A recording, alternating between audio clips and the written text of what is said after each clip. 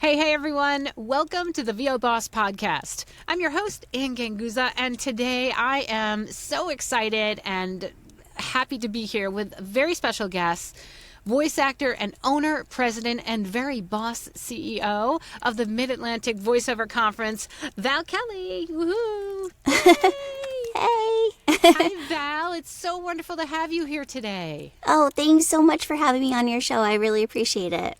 Absolutely. And I'll tell you what, I am so excited to talk to you today. Number one, first of all, so what does it take to be boss and CEO? Not only just being a voice actor. I know a lot of people that listen to the Boss podcast. I mean, it's all they can do for us to be successful voice actors, but also to be a successful voice actor. You're also an educator, which I love, and also to run a conference. Now, I'll just say my husband works. He's an event manager for multiple companies for many years, and I know what it takes to run an event, and it's no small task. So I'm excited to talk to you about yourself and what it took for you to become such a CEO of such a great event. And I'm excited. I'm going to let you talk, I swear. I'm excited because it's my first year presenting with MAVO, so I'm very excited to do that this year. And I'm already planning. I'm already planning my wardrobe. Oh my gosh, same. Right? What am I going to wear? So What am I going to wear? How many outfit switches am I going to have? Right? Exactly. What are my costume changes? So let's first talk about you and how you got started in voiceover, because I know that you still are teaching, correct? Yeah. So I'm doing a little bit of everything. Yeah. Nothing wrong with that, I'll tell you. Nothing wrong with that, and especially if you're teaching, because that's just near and dear to my heart.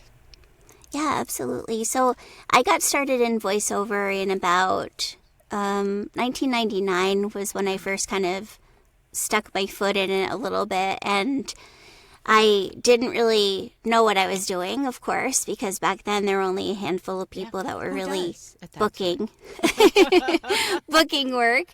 Yeah. So basically I just took a class, and they were like, oh, you have a lot of talent. Of course, like that's the typical thing when you take a class. They're like, oh, you should definitely do this with your life, and you're like, oh, great, that's exactly what I wanted to hear. Thanks for telling me what I wanted to hear. And then I took a class with these people for 6 weeks, and then I recorded my first demo after 6 weeks, which was totally crazy. I had no idea what I was doing, and it was a commercial demo, so I also really just had no concept of the technique or anything about what I was supposed to be doing. And probably even the industry, right? I mean, and the industry. Like such a small, being educators, right? We know, like 6 weeks is really nothing. And it may not have been every day for 6 weeks, right? That you were training. You were probably training. Yeah, no, it's like once a week. Yeah. Exactly. Yeah. So, being educators, we know it takes a while to acquire skills. Yeah, for sure. Yeah. But I mean, fast forward to basically 2011 when I just had my second daughter, and I never stopped thinking about voiceover, and I just said to my husband, I really want to get back into this. Like, I feel like I have a lot of talent to offer to this industry, and I just really want to try and make something of it, not give up teaching, because I had been teaching French for such a long time. And that's, a big part of who I am as a person, but I wanted to add this creative side to, that I have. I wanted to offer that as well. So I started training with a studio in New York, and then just kept training with them for a couple of years with multiple coaches and things like that. And then it was probably 2012 or 13 that I went to VoiceOver Atlanta for the first time. And I met so many people. I think that's actually the first time that I met you. Mm-hmm. And I was just so impressed by, that whole event and everything like that. And so that really opened a lot of doors for me in the voiceover world. I started booking more stuff after I went to that event. And then a few more years passed, and I just thought, there's something here, like in this Mid-Atlantic region that's missing, and I want to give back to the community in a way that's going to be helpful for other voice actors. So I was flying to France actually on a trip, and I said to my best friend on the flight, I was like, what if I started my own company? And he's like, okay. He's like, maybe you should get some more sleep on this flight. And I was like, no, but seriously. And he's like, oh, can we talk about this when we get to France? And so, the whole trip I was, working and everything like that. It was for work, but I was also thinking, like, I have a lot of ideas. Like, maybe I could really pull this together, So in 2014, I started Mid-Atlantic VoiceOver, and it was a real eye-opener, that first event, with 28 people showed up for it, Was your initial idea with, with your company, was it to do specifically just the event, or was it just to start a company of your own to do voiceover? And it evolved. I think my idea was to do this event, but also to see where else I could take it, what else could be offered through this company, and then also to like expand it and kind of umbrella my own voiceover work underneath it, which ultimately it's separate from who I am as a voice actor, but that was something I kind of had to figure out a little bit later, but the first event was really great, even though it was tiny. It was absolutely tiny. And I remember like calling you up and being like, Anne, what am I going to do? Like, there's only 20 people signed up for my event. And you're like, okay, Val, okay. Let's send some email blasts. Yeah. I mean, honestly, I think sometimes smaller is better, and I have been at VO Atlanta since pretty much, every year except for the first year. And there's something to be said. That's a big event, and it got even bigger. But there's really something to be said for a small, intimate event. And people can be overwhelmed by going to an event that is so large, especially those people starting out in the industry. So I think that your conference really serves a niche where it can make people feel more comfortable. It can be, a first conference, or it could be a 10th conference for them. There are just lots of people who feel comfortable in a smaller conference, a smaller environment. They feel that they get much more out of it. And so, with that first year being smaller, what did you learn?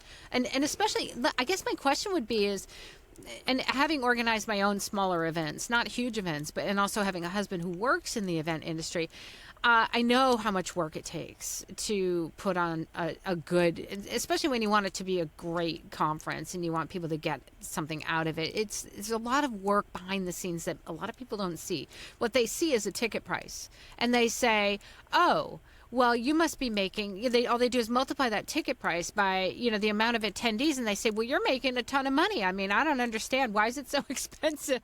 Yeah. And I'm thinking to myself, oh my gosh, there are so many things. So let's talk about the evolution of this conference and things that you learned along the way. And had you planned an event before? I mean, did you love planning an event? Was it your first time? I mean, I liked planning my wedding, and I thought, oh, I could do event planning. And then, and then I'm like, well, you know what? It does take an awful lot of time. So what was going through your head when you're like, oh, it was fun to manage an event. This is my first event. Was it your fifth event? Yeah, that was my first. I mean, as you said, planning a wedding, which I did, plan my own wedding, and that was a big. I loved it. It was great, and I was very, very good at planning my wedding, which I felt like was a good preparation for that first event. I said to my husband, I was like, it's like planning a wedding every single year, except no one ever gets married, And he was like, yeah, okay. Except you to the event. Yeah, exactly, to the event. Yeah. Yeah. So, I mean, I learned so much after that first year. I just learned so much about the business side of everything that I didn't know. That was one thing I wish that I had more business training before I decided to start, because I had to learn everything. I mean, I had my friend help me figure out how to build a website. I had, and that took, just the countless hours of work that go into just trying to do everything yourself, because you're starting out and you can't afford to hire anyone, Right. And so, I think those are the biggest lessons I've learned, I would say, from the beginning until now, it's just every year I learn something new about the business and how to manage, the money side of things. And, like you said, people look at the price and they go, oh, she's making $1 billion. And it's like, actually, actually, no. Actually, no, because I have to pay for the venue. I have to pay for all the guest speakers. I have to pay for, the marketing and all the stuff that goes into it. And I do a lot of it myself, just simply for the fact that I am a small company. It's a boutique, sized company. And we kind of evolved into that whole boutique, world, where I had this idea. Maybe this happened about 5 years ago, where someone said to me, why don't you call it a boutique event? And I was like, oh, that's cute, and that's how the whole thing kind of started. And then I took it and really had to explain to people, what does that even mean? And just being a French teacher, it's like, well, when you think of a boutique, what do you think of? You think of like a high-end, smaller place where you're going shopping and you're buying super high quality items, and everything is planned down to like every tiny detail, And that's kind of what I wanted to transfer to my event without being snobby about it, obviously. So that's kind of how I delivered that message to people, is just like, think of it as a high-end boutique. You're coming in, I'm hiring only the top tier talents that are in the industry, people that are not appearing at every single event every year, because I want to offer something different. And once we had that and we kind of ran with it, then things really started to take off. So I would say probably 2016 was the year that really we saw some big changes in the conference, as far as the number of people and just the organizational part of it, and just understanding how things work. And then after that, 2018 was really great too. We skipped 2017, and then in 2020, COVID hit. So then we had to go from being what was supposed to be an online event that was supposed to be in-person event, switching it to an online event at the last minute. And that was totally crazy. It was it was so nuts. I'm sure that was a whole new set of learning curve, a whole new learning curve for you, because online events are so much different than in-person events. And plus, I don't know if you had already secured a venue at that point. I mean, because typically the planning for events like this it runs all year, right? I mean, you're planning for you're planning the next year before the one is even done, basically. So when we had to take it online, luckily, because it was COVID and a out of your control type of scenario, I was able to figure it out in enough time to say to the venue, we're canceling. And then excuse me, I took it to a virtual studio in Baltimore, and I had someone do the live streaming for me, because I had no idea what I was doing. And I can vouch for that, because myself doing mostly, I mean, after 2015, I stopped doing in-person events at my home, and I started doing everything online. And that live streaming back in the day it hadn't really evolved or developed, and so there were lots of live streaming technologies that were just coming out. And so I literally I had to learn it myself, and then I also hired somebody to help me live stream it, and then I also wanted to do a hybrid event. So it was crazy having people at my house plus live streaming it online. And so that alone, and especially if you want it to be a quality event, right, that live stream, you have to have good cameras, you have to have the ability for people to be able to switch between people and people that are presenting to, the audience, and just to make it engaging. Otherwise, one of the biggest complaints about COVID, right, and online teaching, I'm sure you taught online as well, was the fact that it was hard to engage. And I know that even today, people they're either, they're fatigued by Zoom. I still love it, because I feel like Zoom filled a void for, let's say, just people that couldn't physically be together. I mean, it was the next best thing. However, when you're trying to educate over, an online, platform, it really does become difficult or harder to engage people. And so running an online event, you've got to be that much more, I think, paying attention to detail so that you can put on a great online event. And that is not a cheap thing to do either, to hire somebody for the cameras and and that knows the technical back end to do the live streaming, to make the recordings, right? You probably offer the recordings. Yeah.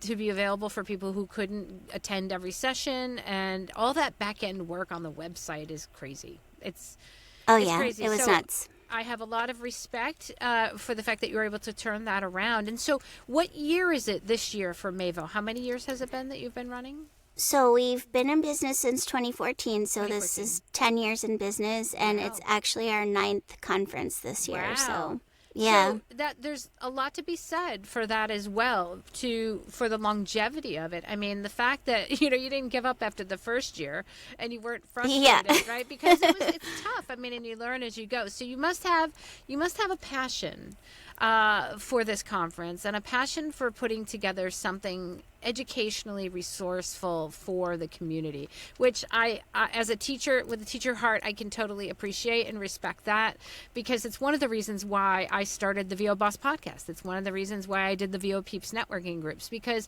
I wanted to be able to provide a resource. And I believe that that's where your heart is in terms of wanting to provide a resource for the community, because I know it's not about the money. And I always try to strive to remind people that, venue costs are not cheap.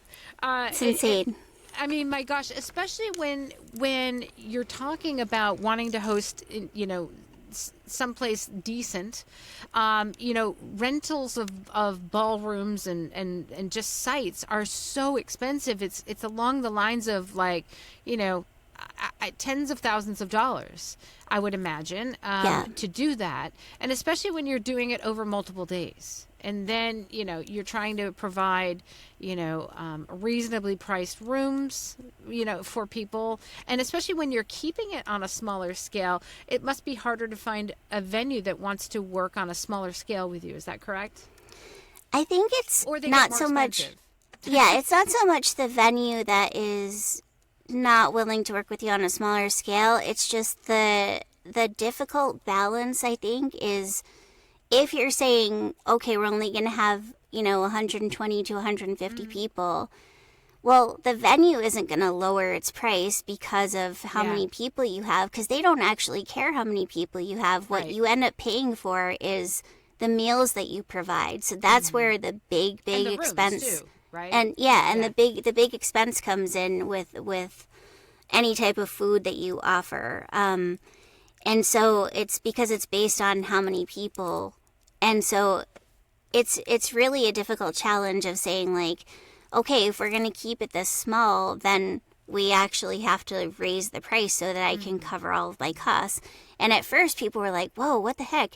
And I was like, guys, like, you have to understand, like, if you want me to hire good people to come in, like great people to come in and speak at this event, they won't do it for free, and nor would I want them to, So it's like, that's the biggest expense beyond the venue is the guest speakers, Sure. Absolutely. And you can't, and I think that I agree, and I know how hard it is to sell to this industry. And it's been, because I sell events myself. I sell coaching services and demos, and so you're selling to an industry where we all wish I think we all wish we had more money to spend. I think that's just human nature. I wish we had more money to spend, but especially when you're talking about a creative industry where people it is their own business. They're all their own CEOs. They're all entrepreneurs, and everybody's kind of just as they go learning the ropes of the business of it all. And it astounds me how much people are willing to spend for, let's say, performance classes, but yet business classes, which I think is imperative for us as actors, voice actors, and businesses to be able to make a profit, right? In order to support, support your habit, support your business, to pay the mortgage, to feed the family, that kind of thing. And so business skills are essential. And I know that your conference in the beginning, it was very much geared towards, I would say, more animation and character, but you've evolved it now, especially because I'm involved. You've evolved it to really include many more genres. So let's talk a little bit about what you're offering this year, and maybe last year, what you've done to kind of broaden the offerings of the conference. Yeah, I mean, I think what we had to do was really gauge over the years what the level of interest was with, everybody loves a good, animation guest speaker because Yes, they're do. so interesting, and everybody wants to work for, well, maybe not everybody wants to work for Disney Channel, but, It's true, though. Yeah. and so that's kind of always where my creative mind went, and like, where do my interests lie, a little bit selfishly, but not really, because it's like I know a lot of people are also interested in that. So I would always try to go with a keynote that was somehow involved with animation, just so It's a that big seller. yeah, I know it's that even. a big seller, yeah. It's a big seller. Mm-hmm. But then so then last year, we had Serena Irwin, who is a casting director, and she casts freelance for a lot of different studios, and has been on SpongeBob, and she's amazing. Like, and I really tried to find somebody that was kind of off the grid a little bit for last year, because I wanted to find a less mainstream type of person, kind of, I guess I would say. And so it was really successful to have somebody who is a casting director, because getting that viewpoint for people, like, in the animation world, what are you actually looking for, So for me, that was very interesting. For a lot of people, it was very interesting. And then I just, there have been certain years when we've offered a lot of, audiobook stuff, and it's not to say that we're not ever going to offer audiobook guest speakers again, but I felt like for this year, I wanted to kind of go in a different direction completely. And I feel like having Tim Friedlander as the keynote is such an important thing, because Tim is doing such amazing work for NAVA and the National Association of Voice Actors, and I just have so much respect for him as a person and as an actor, that I just felt like it was like the natural, that's what my creative mind was telling me to go in that direction relevant for this year. It's very relevant to the times in our industry. He's done a lot of work with NAVA, and of course, along with Karin and the board, and they've done a lot of really wonderful work, and so they're going to bring a lot of value, I believe, to your conference. Absolutely. So let's talk about who else you have this year that might be different besides me. I mean, but we'll talk. We could talk about you. Well, I'm just excited. I'm just super excited to kind of bring, what I consider my specialties. All of the genres, the long format narration, all the stuff that I think right now is really, it's important to be an actor no matter what genre we're talking, whether it's animation, whether it's promo. I mean, it's important to be an actor, and even more so now with all of the synthetic voice, the AI stuff that's out there. It's more important than ever that we hone our skills as actors. And so I want to bring that aspect to the conference to help attendees that are looking to really up their game in the narration, which is a large part of the market of the non-broadcast market out there. And so I'm happy to be there, and I'm happy to I'm doing do you call it a breakout session or a session? A mastery session. Because they're so the 3-hour sessions are mastery ones, and I'm so excited about, especially about your e-learning one, because that's a genre for me that I've always wanted to explore, and I haven't enough, and so I'm excited to see. Yeah. It seems like a natural thing to, kind of dive into that world a little bit. So I'm very excited. I'm very honored to have you this year, and I think it's going to be really great. It's been a long time, sort of coming to actually be able to invite you and everything like that. And so I'm very, very excited. Yeah. So I'm going to be doing, I personally am going to be doing 2 mastery sessions, one on acting for narration, and that's all types of narration, corporate, medical, all of the geeky narrations, explain it. And then also the other aspect of the narration genres, which would be e-learning or training. So I'm very excited to have one of each of those to address all those topics. And so, guys, in order to do this, you need to sign up for MAVO. And so hopefully you'll sign up, and then you'll look for my mastery classes. But you've got a lot of amazing offerings this year for MAVO. So you want to talk about who else you have for mastery sessions? So we have so many great people on board. I'll just highlight a few of them because there's just so many. But Jessica Blue is coming, and she's doing some sessions on dubbing, live action dubbing, and I'm so excited about that because I've never had the chance to meet her in person, and we've never offered sessions on dubbing before at MAVO, so it's something brand new and very exciting for people. So she's amazing, so that will be really great. We're doing a really special, Everett Oliver's coming and offering a special teen program on Saturday only of the event, so that's for teens from ages 13 to 17. Great. And he's doing like animation, video game, and commercial voice acting with them.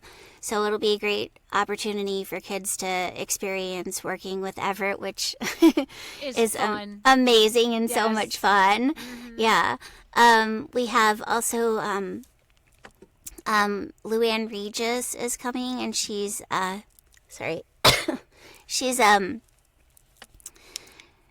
casting director, and she used to be a talent agent, and so she's going to be offering some great sessions at the conference as well, just giving her, from the casting director's perspective of, what are we really looking for, like. And I think that's what everybody really wants to know is like, what do I need to do to actually book this, And then also really exciting, we have Daniel Ross, who is Donald Duck. He's an Emmy Award-winning actor, and it's so exciting to have him offering a mastery session on animation and making bold choices, which is so, so important in the character world of trying to book those roles when you have so much competition with everybody trying to also audition for them. So, there's so many people. It's a long list. So how can bosses sign up for MAVO this year? Where do they go? What's the website? Yeah, so www.midatlanticvo.com, and they're going to click on MAVO events at the top tab, and it will bring up all the events that we have going on. We have some like happy hours that go on virtually beforehand. So sometimes it'll mostly be like every other week from now until the actual conference takes place, and people can come to those happy hours online for free, or they can like make a donation to MAVO if they want to. That's always an option, like just to help support the company, but they can also certainly come for free, and we're happy to have everybody there to just like network and chat. But yeah, everything is on the website, the schedule and all about all the guest speakers, and yeah, it's going to be really great. And you're going to be offering a special discount just for bosses, for boss listeners out there. Talk a little bit about that and how they can achieve that discount. Yeah, so for the VOBOSS listeners, we're going to offer a $75 discount, and you can just go to the website and click on Get Tickets, and when you go to checkout, you're going to just enter the code VOBOSS, and it will take that $75 off for you on full weekend tickets. Awesome. So, that is so helpful. And guys, don't forget to sign up for my mastery sessions. And I'm also doing is it an hour-long session too, which is for everybody at the conference? Oh yeah, there's a general session too that you're offering too, so that will be really great as well. Great. Well, Val, it has been such a pleasure chatting with you Thank you. about MAVO. I'm so excited, and of course, I'll just continue to plan my wardrobe. Same. But I'm so excited because you do have a wonderful lineup, and I'm excited, of course, to see all of my friends and colleagues again, and I'm excited to work with the amazing talent that I know is going to be there in this boutique, wonderful, intimate setting for MAVO. So thanks again for joining me. And I'm going to give a great big shout out to our sponsor, IPDTL. You too can connect and network like bosses. Find out more at ipdtl.com. Val, thanks again. Bosses, you guys have an amazing week, and I'll see you next week. All right. Take care. Bye-bye. Thanks.